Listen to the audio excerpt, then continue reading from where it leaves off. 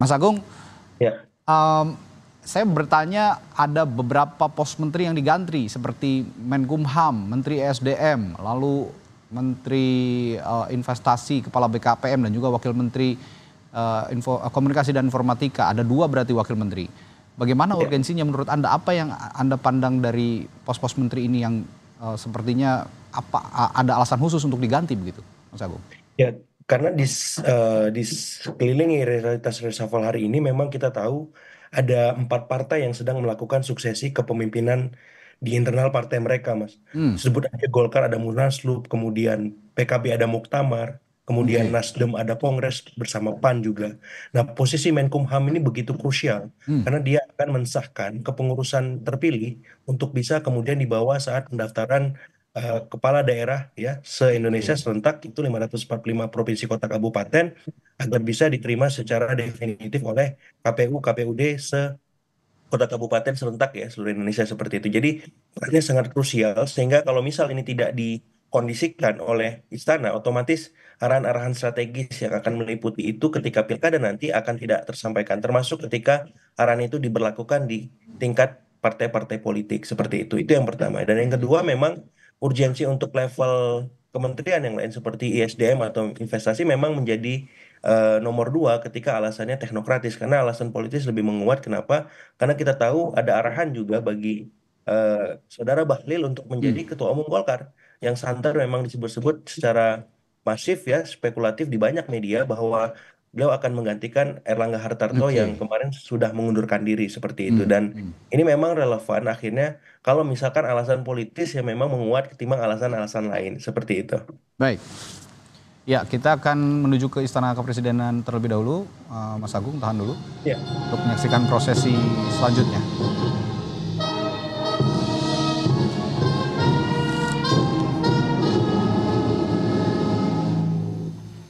Pembacaan Keputusan Presiden Republik Indonesia tentang pengangkatan Kepala Kantor Komunikasi Kepresidenan dan Kepala Badan Gizi Nasional oleh Deputi Bidang Administrasi Aparatur Kementerian Sekretariat Negara.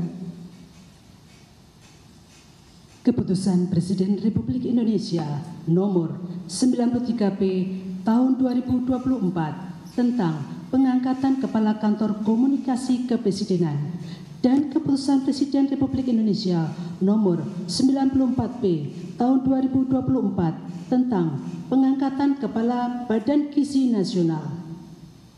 Dengan rahmat Tuhan Yang Maha Esa, Presiden Republik Indonesia menimbang dan seterusnya, mengingat dan seterusnya, memutuskan, menetapkan dan seterusnya. Kesatu, mengangkat masing-masing satu, Saudara Hasan Nasbi sebagai Kepala Kantor Komunikasi Kepresidenan. 2. Saudara Dadan Hindayana, Kepala Badan Gizi Nasional, dan kepada masing-masing diberikan hak keuangan dan fasilitas lainnya setingkat menteri. Kedua dan seterusnya ditetapkan di Jakarta pada tanggal 19 Agustus 2024. Presiden Republik Indonesia Joko Widodo. Pembacaan Keputusan Presiden Republik Indonesia tentang pengangkatan Kepala Badan Pengawas Obat dan Makanan oleh Deputi Bidang Administrasi Sekretariat Kabinet. Keputusan Presiden Republik Indonesia Nomor 115 garis miring PPA tahun 2024 tentang pengangkatan pejabat pimpinan tinggi utama di lingkungan Badan Pengawas Obat dan Makanan. Dengan rahmat Tuhan Yang Maha Esa, Presiden Republik Indonesia menimbang dan seterusnya, mengingat dan seterusnya, memutuskan, menetapkan dan seterusnya. Kesatu, mengangkat Saudara Taruna Ikrar sebagai Kepala Badan Pengawas Obat dan Makanan terhitung sejak saat pelantikan dan kepadanya diberikan hak keuangan, administrasi, dan fasilitas lainnya setingkat dengan jabatan struktural eselon 1A sesuai peraturan perundang-undangan. Kedua, keputusan Presiden ini mulai berlaku pada tanggal ditetapkan di Jakarta pada tanggal 19 Agustus 2024, Presiden Republik Indonesia Joko Widodo. Rohaniwan dimohon menuju tempat yang telah ditentukan.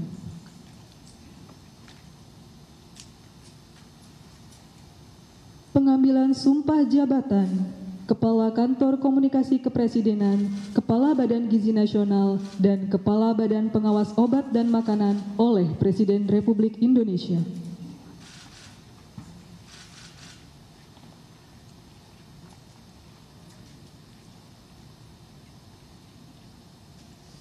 Sebelum saya mengambil sumpah berkenaan dengan pengangkatan saudara-saudara sebagai Kepala Kantor Komunikasi Kepresidenan, sebagai Kepala Badan Gizi Nasional, dan sebagai Kepala Badan Pengawas Obat dan Makanan. Terlebih dahulu saya akan bertanya kepada saudara-saudara, apakah saudara-saudara beragama Islam? Islam. Bersediakah saudara-saudara untuk diambil sumpah menurut agama Islam? Bersedia. Apabila demikian, harap mengikuti dan mengulangi kata-kata saya. Demi Allah saya bersumpah. Demi Allah saya bersumpah Bahwa saya akan setia kepada Undang-Undang Dasar Negara Republik Indonesia tahun 1945 serta akan menjalankan segala peraturan perundang-undangan dengan seluruh-seluruhnya demi dharma bakti saya kepada bangsa dan negara, bahwa saya dalam menjalankan tugas jabatan akan menjunjung tinggi etika jabatan, bekerja dengan sebaik-baiknya, dengan penuh rasa tanggung jawab. Rohaniwan dimohon kembali ke tempat semula. Persiapan penandatanganan berita acara kepada Saudara Hasan Hasbi sebagai Kepala Kantor Komunikasi Kepresidenan dimohon menuju meja penandatanganan.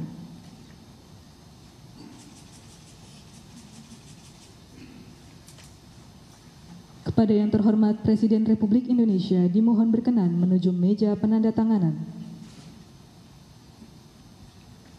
Penandatanganan berita acara pengambilan sumpah jabatan Kepala Kantor Komunikasi Kepresidenan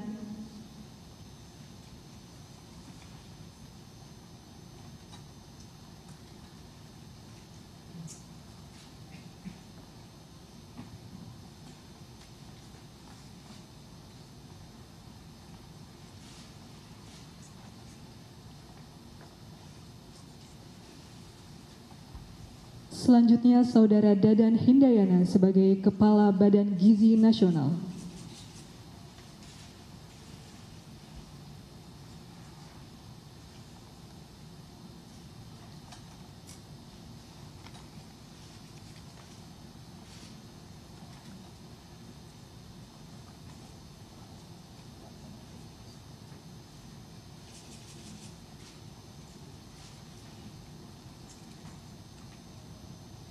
Selanjutnya, Saudara Taruna Ikrar sebagai Kepala Badan Pengawas Obat dan Makanan.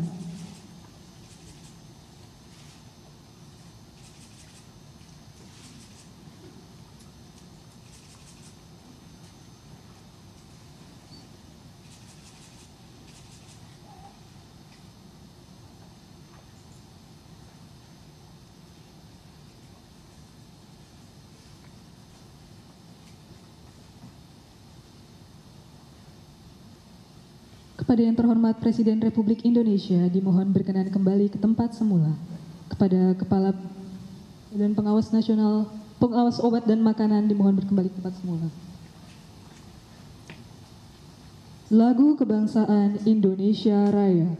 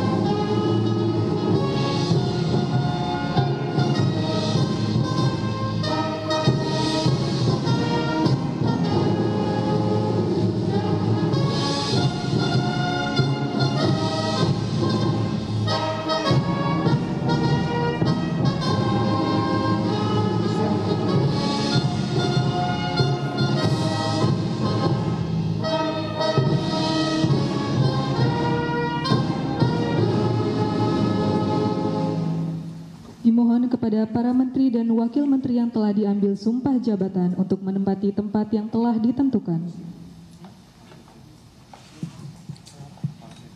Dimohon pendamping pejabat yang telah diambil sumpah disilakan untuk mendampingi.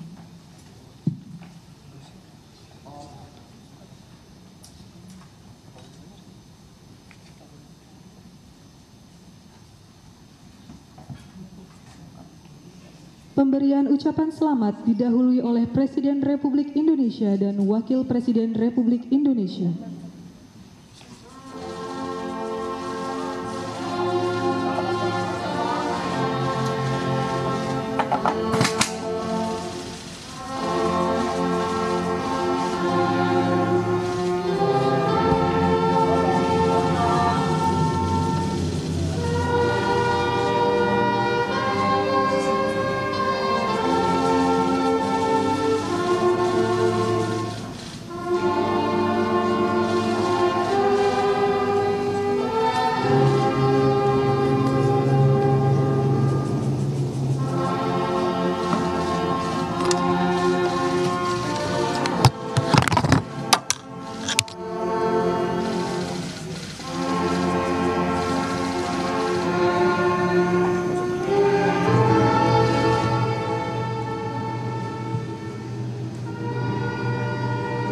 Ya, setelah kita tadi menyaksikan selain 3 menteri dan 1 wakil menteri, ada juga para kepala kantor, kepala badan begitu yang dilantik oleh Presiden Jokowi, yakni kepala kantor kepresidenan, kepala kantor komunikasi kepresidenan Hasan Nasbi, lalu kepala Badan Gizi Nasional Profesor Dadan Hindayana, dan kepala Badan Pengawas Obat dan Makanan Taruna Ikrar. Kita akan berbincang kembali dengan analis politik dari Trias Politika, Mas Agung Baskoro. Mas Agung. Ya, kalau tadi kita sempat menyinggung apa urgensinya mengganti Menteri Hukum dan HAM di masa transisi. Sekarang saya juga akan bertanya kepada Anda soal ada sepertinya lembaga baru, kepala kantor komunikasi kepresidenan Hasan Nasbi. Ini sepertinya baru, padahal di KSP sendiri, di kantor staf presiden, ini juga ada sebenarnya divisi komunikasi yang bisa difungsikan. Nah, begitu spesifiknya sehingga harus ada kepala kantor komunikasi kepresidenan. Bagaimana menurut Anda ini? Iya, beberapa kali memang terjadi dalam tanda petik blunder-blunder komunikasi politik ya di depan publik, sehingga memang dilihat KSP ini kurang optimal, maupun beberapa tim ke KSP-an untuk menjadi juru bicara di depan panggung depan politik kita. Nah, dengan kehadiran kepala komunikasi ini, saya rasa ini bisa menjadi alur satu pintu yang bisa dikonfirmasi oleh media, publik, dan siapapun yang menjadi pihak terkait agar apa? Agar komunikasi antar kementerian, komunikasi antar badan ini menjadi satu arah, searah dengan visi misi Presiden dan Wakil Presiden, apakah dalam konteks ini Presiden Jokowi maupun nanti Presiden Prabowo ya, karena memang ini menjadi keluhan bersama ya, baik oleh publik maupun awak media. Seringkali kita nggak mendapatkan informasi yang sebanding ataupun setimbang, sehingga memang lebih banyak energi-energi negatif ya, pemberitaan-pemberitaan yang kurang positif ketika pemerintah melakukan gebrakan ataupun inovasi-inovasi dalam membuat kebijakan seperti itu. Ambil contoh saja yang paling aktual dan krusial, itu soal ibu kota negara ya di Nusantara. Ibu kota Nusantara. Ya, seringkali pemberitaannya negatif ya. Padahal kan banyak sisi-sisi positif yang bisa dielaborasi kalau memang tim komunikasi presiden ini handal dan cakap untuk mengelola beragam macam masukan, kritik maupun hoax dan kampanye-kampanye hitam lain ya. Alih-alih melibatkan influencer gitu ya, Mas Agung? Nah itu, saya kira itu masukan yang baik ketika sekarang ada tim kepala komunikasi presiden, dia harus lebih inovatif merespon situasi yang ada di masyarakat agar apa? Agar apa-apa yang sudah terjadi tidak terulang dan ke depan lembaga kepresidenan semakin lebih positif dipandang oleh publik.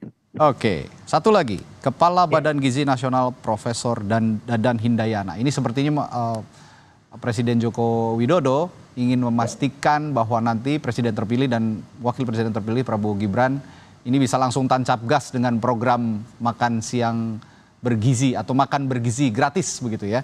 Ini bagaimana Anda melihat posisi badan ini, Badan Gizi Nasional? Ya, jadi kalau menteri-menteri tadi memang menguat alasan politisnya, kalau Hmm. saya melihat kepala-kepala badan ini lebih kuat alasan teknokratisnya, Mas Radit. Teknis ya. Ya, kenapa? Ya, jadi Oke. teknokratis karena memang Prof. Dadan ini kan guru besar ya di IPB ya, dan track recordnya jelas seperti itu. Nah, ketika ada arahan untuk merealisasikan ya makan siang dan bergizi gratis seperti itu, saya kira ini dikerangkai secara konkret oleh Presiden Jokowi maupun Prabowo agar apa ini bukan sebatas wacana lagi atau Oke. janji-janji kampanye, tapi akan dituntaskan, akan direalisasikan mungkin secara bertahap ya, tidak mungkin sekaligus sehingga Prof. Dadan ini menjadi dalam tanda petik ya sutradara yang akan memegang peranan krusial. Hmm. Apakah janji kampanye Prabowo Gibran besok bisa dituntaskan secara utuh ya, seperti itu. Oke. Saya kembali lagi ke Menteri Hukum dan HAM karena ini memang sangat Ya, strategis, posisinya sangat krusial, termasuk dia Menteri SDM sebetulnya. Tapi saya ingin fokus dulu ya, ke Menteri Hukum dan HAM. Kita ketahui belakangan ini ada gonjang-ganjing. Tadi sempat Anda singgung juga bahwa pemilihan Ketua Umum Partai Golkar yang definitif nanti akan diselenggarakan pada saat Munas Partai Golkar berikutnya. Nah, ya. apakah ini juga akan memastikan posisi itu? Terlebih juga kemarin sempat selain Bahlil Lahadalia yang Anda sebutkan tadi, sempat ada gonjang-ganjing isu juga bahwa keluarga Joko Widodo, entah siapapun itu, mungkin Presiden Joko Widodo sendiri akan Ya. menempati posisi strategis di Partai Golkar. Persis. Jadi dengan kehadiran Menkumham baru Pak Supratman ini saya kira narasi yang akan dibawa istana selama Hmm. prakondisi atau cipta kondisi untuk Partai Golkar sebelumnya Oke. memang bisa terlaksana seutuhnya tanpa kecuali. Hmm. Nah, dengan kehadiran Menkumham baru ini saya kira itu dipertegas dan diperkuat agar apa?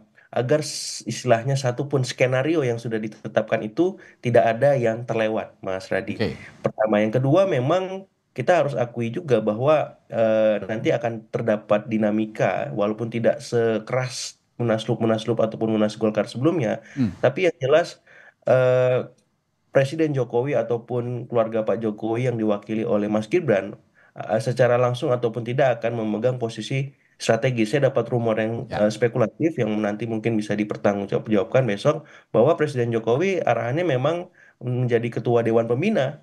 Ya, kemudian Mas Gibran sedang dicari tempat yang pas di Golkar agar apa? Agar bisa menjadi pelanjut tongkat estafet kepemimpinan Presiden Jokowi maupun nanti untuk Oke. Pak Bahlil ya, apakah sebagai waketum. Jadi next setelah Pak Bahlil yang saya dengar rumor spekulatif kembali adalah Mas Gibran the next ketum Golkar setelah Pak Bahlil seperti itu. Jadi Ya. arahan-arahan spekulatif semacam itu saya kira hari ini lebih banyak benernya Hmm. sebagaimana reshuffle yang kita bahas pekan lalu ya Ya. ketimbang tidak benarnya karena memang apa ya publik dengan mudah sekarang mendapati informasi itu dengan beragam macam sumber yang bisa dipercaya. Demikian Mas Radi. Dan mungkin publik juga bertanya-tanya, apa hubungannya keluarga presiden yang ingin menduduki posisi strategis di Partai Golkar dengan perubahan atau pergantian Menteri Hukum dan HAM. Yang saya lihat bahwa pemberian atau perubahan ADART ini ada di Menteri Hukum dan HAM begitu ya kira-kira ya, Mas Agung. Kalau perubahan ADART sebenarnya di internal diputuskan, Internal Mas. nanti Yang didaftarkan ke Menkumham gitu kan? persis. Nah, Menkumham fungsinya Ya, mensahkan itu. betul, itu mensahkan ADART, itu. kemudian kepengurusan seperti Ya, itu. Nah, memang di situ titik krusialnya karena kemarin ya, kan saya mendapat informasi juga ketika DPP PDIP disahkan kepengurusannya memang pihak istana tidak dilibatkan oleh Pak Yasona. ya. Supaya tidak terulang kembali, otomatis arahan yang paling utama adalah bagaimana mereshuffle posisi Menkumham agar apa? Apapun bentuk perubahannya, apakah itu ADART, pengurusan, dapat dengan mudah langsung disahkan dan bisa Bisa mulus gitu ya. diterbitkan ke KPU. Seperti Ya, itu. dan yang satu hal lagi yang perlu Ya, juga diketahui publik adalah ADART di Partai Golkar ini menetapkan bahwa siapapun yang menduduki posisi strategis di Partai Golkar, termasuk ketua umum, harus pernah menjadi kader Partai Golkar. Nah, sedangkan kita ketahui bersama bahwa selama ini Presiden Joko Widodo beserta keluarganya ini kan berada di naungan Partai Demokrasi Indonesia Perjuangan, belum pernah menjadi kader Partai Golkar. Kira-kira seperti itu gambarannya ya, Mas Agung? persis. Dan ini memang mau tidak mau, kalau memang Presiden Jokowi dan keluarga masuk ke dalam Golkar, Ya. otomatis revisi ADART itu menjadi keniscayaan. Hmm. Dan satu hal yang menarik dari ini adalah bagaimana kita tunggu reaksi PDIP, Mas Radi. Ya, Ya. ketika kursi menterinya dikurangi 2, Hmm. apakah aksi dan reaksi politik akan terjadi begitu cepat dan responnya seperti apa? Saya menanti dari PDIP ini. Konkretnya seperti apa ketika sudah di reshuffle ya, 2 Oke. kursi menterinya seperti itu. Oke. Makin keras, makin tegas, atau tetap santuy? Oke. Satu lagi yang menarik, Wakil Menteri Komunikasi dan Informatika. Sebelumnya kan ini sudah ada Wakil Menteri ya. Kalau saya tidak salah ini bukan mengganti Wakil Menteri tapi menambah satu lagi Wakil Menteri. Sehingga ada 2 Wakil Menteri. Sebegitu pentingnya seorang Menteri Komunikasi dan Informatika memiliki 2 Wakil Menteri. Bagaimana Anda melihat ini? Iya, Wakil Menteri Komunikasi dan Informasi ini krusial, sama seperti tadi juru bicara Kepala Kantor Komunikasi Presidenan. Ya, kenapa? Karena memang Kominfo ini kemarin disorot karena ada soal kebocoran data. Ya, tadi, betul. Ya. Kemudian berapa kali ada mispersepsi di publik soal beberapa kebijakan informasi yang disebarkan oleh Kominfo. Nah, saya kira dengan kehadiran Mas Angga Raka Prabowo ini, itu bisa dikuatkan ya fungsi-fungsi di internal maupun di eksternal agar bisa lebih baik lagi. Sehingga responnya ketika ada kebocoran data lebih bijak, lebih sesuai dengan aspirasi publik dan tidak melakukan blunder baru lagi. Jadi orang akhirnya menyorot bukan kebocoran datanya, tapi blunder komunikasinya. Ini kan jadi soal malah tambah masalah dengan diklarifikasi dan dikonfirmasi. Nah, dengan kehadiran Wamenkominfo baru ini harapannya itu bisa diminimalisir masalah-masalahnya dan bisa langsung ke akar masalah. Solusinya apa supaya tidak terulang lagi dan kita bisa lebih baik di bidang Kominfo ini, seperti itu Mas Radit. Ya, ini tentu saja membantu Menteri Komunikasinya juga Budi Aristiadi yang saat ini sudah menjabat begitu ya. Dan sepertinya masih banyak evaluasi yang harus dilakukan begitu terkait kinerja Menteri Komunikasi ini. Kita akan lanjutkan perbincangan kita Mas Agung, tapi setelah jeda tetaplah di Breaking News Kompas TV. Sudah kita saksikan masing-masing pernyataan Menteri baru kita, Menkumham, lalu Menteri SDM dan Menteri Investasi Kepala BKPM. Tadi juga saya sempat menanyakan dan terpotong, mohon maaf Mas Agung. Saya akan tanyakan hal yang sama sebenarnya untuk posisi Menteri Investasi dan Menteri SDM ini. Bagaimana Anda melihat 2 posisi menteri ini? Ya, tadi statementnya Pak Bahlil menarik ya. Jadi Menteri Investasi ini adalah hilirnya dari ISDM, sehingga memang harus ada komunikasi dan koordinasi yang intensif ya agar tidak ada tumpang tindih. Termasuk ketika beliau mention Pak Rosan ini seniornya beliau di HIPMI ya. Jadi saya kira ini sebuah relasi yang bagus, positif, konstruktif supaya ya jalinan antar kementerian ini tidak lagi kaku, formal ya, tapi juga bisa melampaui ya hal-hal yang baik untuk pembangunan bangsa kita ke depan soal investasi dan SDM. Tapi yang jelas investasi ini penting untuk memastikan IKN jalan, Mas Radit. Ya, itu lagi tadi konteks IKN ya. Bahaya dan menjadi nokta hitam dalam pemerintahan Presiden Jokowi. Ya, karena kan Presiden Prabowo ini melanjutkan ya. Ya, awal mulanya di Presiden Jokowi seperti itu. Apalagi Presiden Prabowo Subianto ini punya komitmen tidak hanya melanjutkan tapi juga menyelesaikan proyek IKN ini hingga selesai dan jadi harapan baru ibu kota negara, ibu kota Nusantara. Baik, terima kasih pengamat politik atau analis politik dari Trias Politika, Mas Agung Baskoro sudah menemani kami di Breaking News Kompas TV. Sampai jumpa lagi Mas Agung. Terima kasih.